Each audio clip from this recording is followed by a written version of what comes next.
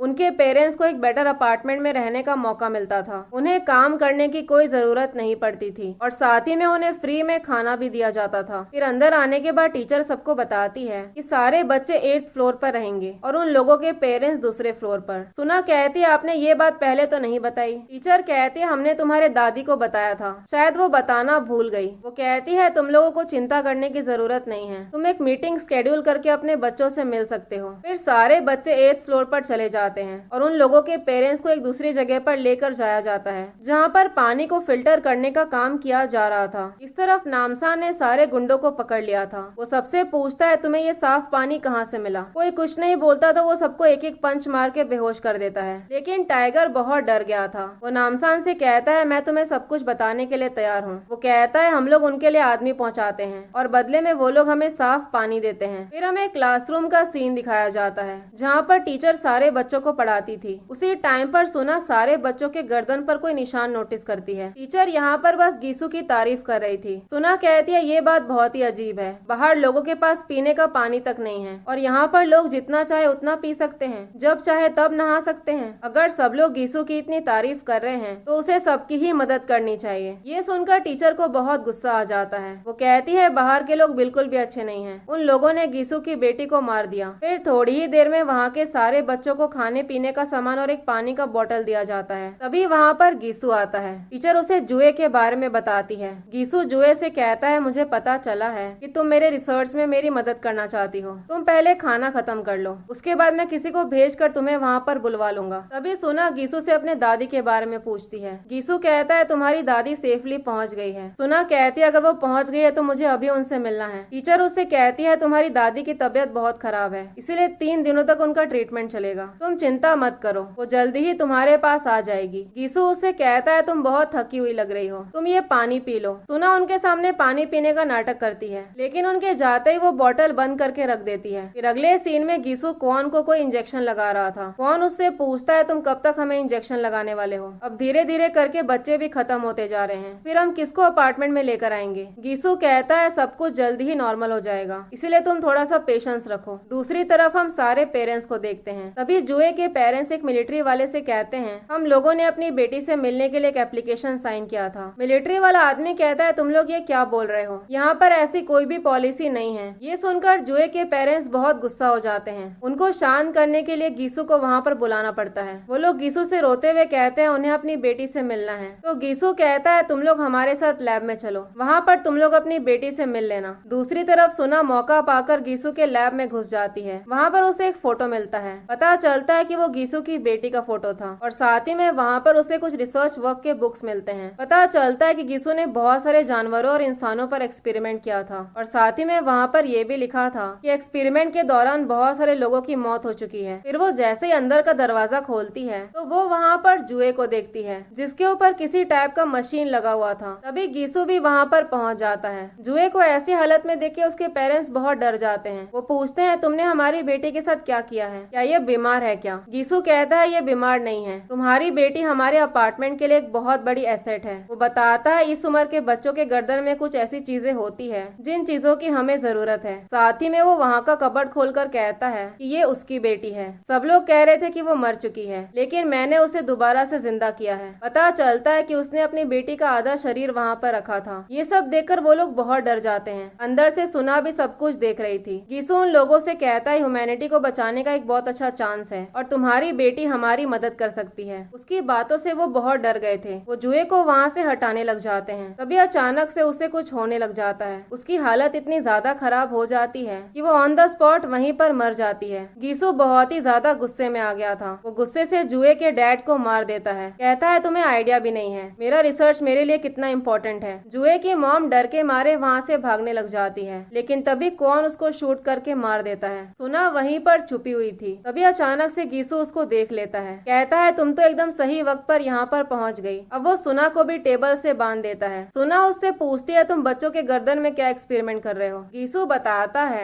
बच्चों का pituitary gland किसी टाइप का मटेरियल जनरेट करता है जिससे हम प्रोसेस को आगे बढ़ा सकते हैं और क्लासरूम में जो तुम लोग पानी पी रहे थे ना उसी पानी से ये मटेरियल एक्टिवेट होता है। तभी सुना अपने दादी के बारे में पूछती है तो गीसू हंसते हुए कहता है क्या तुम्हें सच में लगता है कि तुम्हारी दादी का ट्रीटमेंट चल रहा है? ये सुनकर वो समझ गई थी कि उन लोगों ने उसकी दादी को मार दिया है। उसी मोमेंट पर वो उसके गर्दन पर एक कट लगाता है। फिर अगले सीन में नामसान, जीवन और बाकी के लोग अपार्टमेंट के बाहर पहुंच जाते हैं। वहाँ के गार्ड्स उनको अंदर जाने ही नहीं दे रहे थे। तभी नामसान मौका पाकर उन सारे लोगों पर अटैक कर देता है और गाड़ी को तेजी से भगाते हुए सीधा बिल्डिंग के अंदर घुस जाता है। अंदर आते ही वो तीनों सबको मारने लग जाते हैं। उसी टाइम पर क्वान और टीचर उन तीनों को ऊपर से देख लेते हैं। वो अंदर आकर गीसू को सब कुछ बता देती है। गीसू कहता है तुम्हें दिख नहीं रहा है कि मैं एक्सपेरिमेंट में बिजी हूँ, मैं अभी बाहर नहीं आ सकता हूँ, तुम लोगों को ही सब कुछ हैंडल करना होगा। सबसे पहले यूनहो बेसमेंट में पहुँचती है ताकि वो अपने साथियों को छुड़ा सके। वो जैसे ही वहाँ का दरवाजा खोलती है तो पता चलता है कि वो लोग इंसान नहीं थे बल्कि वो सारे लोग मॉन्स्टर बन चुके थे। वो सारे ज़ॉम्बीज इन पे अटैक कर देते हैं और वो लोग इतने आसानी से मर भी नहीं रहे थे लेकिन ये तीनों मिलकर उन सबको खत्म कर देते हैं। तभी गीसू माइक पर अनाउंसमेंट करने लग जाता है। वो बताता है हमारे अपार्टमेंट में कुछ लोग घुस गए हैं इसीलिए कोई भी किसी भी कंडीशन में रूम से बाहर मत निकलना। साथ ही में वो जीवन और नामसान को ये मैसेज देता है इसके पहले कि देरी हो जाए तुम लोग यहाँ से बाहर निकल जाओ। नामसान उससे कहता है हम लोग सुना को अपने साथ लेकर जाएंगे। इतना बोलकर वो इंटरकॉम मशीन तोड़ देता है। पता चलता है कि इन लोगों के पास ज्यादा बुलेट्स नहीं बचा था और बाहर बहुत सारे गार्ड्स थे। नामसान समझ गया था कि वो लोग बॉम्ब लेकर आए हैं इसीलिए वो दरवाजे के इस तरफ से ही सीधा शूट करता है जिसकी वजह से वहाँ के सारे लोग एक साथ मर जाते हैं। नामसान जीवन से कहता है तुम जाकर सुना को ढूंढो, यहाँ का सब कुछ मैं मैनेज कर लूंगा। उसके पास जितने भी बुलेट्स थे वो सारे ही खत्म हो चुके थे इसीलिए वो अपना तलवार लेकर ही उन लोगों को मारने के लिए निकल जाता है। वो बहुत ही आसानी से उन सारे लोगों को ढेर कर देता है। दूसरी तरफ यूनहो जीवन से कहती है तुम जाकर सुना को ढूंढो, इन लोगों को मैं हैंडल कर लूंगी। वो एक बहुत अच्छी फाइटर थी, वो अकेले ही सारे लोगों को खत्म कर देती है। फिर वो ऊपर की तरफ भागने लग जाती है लेकिन तभी वहाँ पर कौन पहुँच जाता है। इस तरफ सारे पेरेंट्स नामसान से डरे हुए थे। नामसान कहता है मैं सुना नाम की लड़की को ढूंढ रहा हूँ, बाकी के सारे बच्चे कहाँ पर हैं? वो बताते हैं कि सारे बच्चे 8th फ्लोर पर हैं। नामसान उन लोगों से कहता है तुम लोगों को अपने बच्चों को ढूंढना चाहिए। दूसरी तरफ यूनहो और कौन की फाइट चल रही थी। कौन उसे बहुत ही बुरी तरीके से मार रहा था। वो यूनहो से कहता है तुम्हारे पास अभी भी टाइम है, तुम हम लोगों को ज्वाइन कर लो, हम सब लोग मिलकर एक नई दुनिया बना सकते हैं। यूनहो कहती है जैसी दुनिया मैं चाहती हूँ वैसी दुनिया में तुम्हारे जैसे मॉन्स्टर की कोई जगह नहीं है। वो मौका पाकर उसकी आंखों में स्टैब कर देती है लेकिन फिर भी उसे कोई फर्क नहीं पड़ता। वो अपने स्किन को ऐसे फाड़ता है जैसे कि प्लास्टिक फाड़ रहा हो। यूनो उसको मारने की कोशिश करती है तो वो उसको स्टैब करके बिल्डिंग से नीचे फेंक देता है। फिर अगले सीन में जीवान सुना को ढूंढते हुए क्लासरूम में पहुंच जाता है। वो देखता है कि टीचर बेंच के नीचे छुपी हुई है। वो उससे पूछता है कि सुना कहाँ पर है। वो बताती है कि वो अभी डॉक्टर के साथ है। वो टीचर को हॉस्टेज बना लेता है और कहता है तुम्हें मुझे सुना के पास लेकर जाओगी। साथ ही में वो बच्चों से कहता है तुम लोगों को यहाँ से बाहर निकलना चाहिए। वो वहाँ से निकल ही रहा होता है तभी सामने से कौन आ रहा था। जीवान उससे कहता है अगर तुम यहाँ से नहीं गए तो फिर मैं इसको जिंदा नहीं छोड़ूंगा। कौन कहता है अगर तुम्हें इसे मारना है तो मार दो, वैसे भी अपना काम अच्छे से करती नहीं है। ये सुनकर टीचर कहती है तुम्हारा दिमाग खराब है क्या। तभी नामसान वहाँ पर पहुँच जाता है। वो कहता है तुम्हारे बिल्डिंग का लिफ्ट क्यों नहीं चल रहा है, मुझे इतने ऊपर तक चल के आना पड़ा। फिर वो जीवान से कहता है तुम जाकर सुना को ढूंढो, इसको मैं देख लूंगा। नामसान उससे कहता है तुम्हारी शक्ल को क्या हो गया, तुम्हारे चेहरे पर ये कौन सा डिजाइन बना हुआ है। कौन कहता है मैं तुम्हें ही ढूंढ रहा था। नामसान कहता है मेरे पास ज्यादा टाइम नहीं है, हमें ये सब कुछ जल्दी ही खत्म कर देना चाहिए। दूसरी तरफ गिसू ने उस एक्सपेरिमेंट को कंप्लीट कर लिया था। वो खुद को कोई इंजेक्शन लगाता है और अपनी बेटी से कहता है मैं तुम्हें जल्दी ही जिंदा कर दूंगा। तभी सुना उससे कहती है तुम एक मॉन्स्टर हो, क्या तुम्हें सच में लगता है कि तुम अपनी बेटी को बचा सकते हो। तो गिसू उससे पूछता है तुम इतनी जल्दी कैसे उठ गई। सुना उससे कहती है मेरी दादी हमेशा मुझसे कहा करती थी कि लोगों को उनके किए की सजा जरूर मिलती है। तुम एक मॉन्स्टर बन चुके हो, तुम्हारी बेटी तुम्हें कभी भी एक्सेप्ट नहीं करेगी। उसी मोमेंट पर गिसू को अचानक से पेन होने लग जाता है। तभी सुना उससे कहती है जो अजीब टाइप का पानी तुम हमें पीने के लिए दे रहे थे ना, उस पानी का एक बूंद भी मैंने नहीं पिया है। गिसू की तबीयत अचानक से खराब होने लग जाती है। उसके बॉडी में एक अजीब सा रिएक्शन होने लग जाता है। अब उसे इतना ज्यादा गुस्सा आ गया था कि वो गुस्से से सुना को मारने के लिए आगे बढ़ता है, लेकिन तब तक जीवान वहाँ पर पहुँच जाता है। उसी मोमेंट पर एक दूसरी सोल्जर आकर जीवान पर अटैक कर देती है। गिसू उससे कहता है सबसे पहले उसकी बेटी को बाहर निकालो। अब वो दोनों मिलकर उसकी बेटी को एक सुटकेस में पैक करते हैं। इस तरफ नामसान कौन से अकेले ही लड़ रहा था। तभी वो उसे विंडो तोड़कर बाहर लटका देता है और कहता है तुम मर क्यों नहीं रहे हो। कौन कहता है तुम हमें नहीं मार सकते हो। नामसान पूछता है क्या तुम श्योर हो। फिर वो सीधे उसके सर को धड़ से अलग कर देता है। फिर अगले सीन में हम देखते हैं गिसू और टीचर वहाँ से भाग रहे थे। तभी नामसान वहाँ पर पहुँच जाता है। नामसान को देखकर वो दोनों डर जाते हैं। वो जैसे ही शूट करता है तो वो गोली टीचर को लग जाती है। टीचर गिसू से कहती है प्लीज मुझे बचा लो, तुमने मुझे कहा था कि तुम मुझे बचा लोगे। वो उसे इंजेक्शन मांगने लग जाती है तो गिसू कहता है अगर तुमने इंजेक्शन ले भी लिया तब भी तुम मरने ही वाली हो। इतना बोलकर वो एक बॉम्ब फेंकता है। जीवान समझ गया था कि वो बॉम्ब फटने ही वाला है, इसीलिए वो एक मेटल को एज अ कवर यूज करके सुना को वहीं पर लेकर छुप जाता है। उसी मोमेंट पर वहाँ पर एक जोरदार धमाका होता है। इस तरफ यूनो को अचानक से होश आता है। वो देखती है कि ऊपर के फ्लोर पर आग लग चुकी है। दूसरी तरफ नामसान जीवन और सुना को लेने के लिए अंदर जाता है। वो दोनों काफी हद तक इंजर्ड हो चुके थे, लेकिन फिर भी उनकी जान बच गई थी। इस तरफ गिसू अपनी बेटी को लेकर वहाँ से भाग रहा था। जैसे ही वहाँ के सारे लोग उसको देखते हैं वो सब उससे पूछते हैं तुमने हमारे बच्चों के साथ क्या किया है। गिसू कहता है तुम लोग अब तक अच्छी लाइफ जी रहे थे और अब अचानक से तुम लोगों को अपने बच्चों की फिक्र हो रही है। ये सुनकर सारे पेरेंट्स को बहुत गुस्सा आ जाता है। वो सब लोग उसे घेर के मारने लग जाते हैं और उसके बैग का सारा सामान तोड़ देते हैं। उसने जितना कुछ भी एक्सपेरिमेंट किया था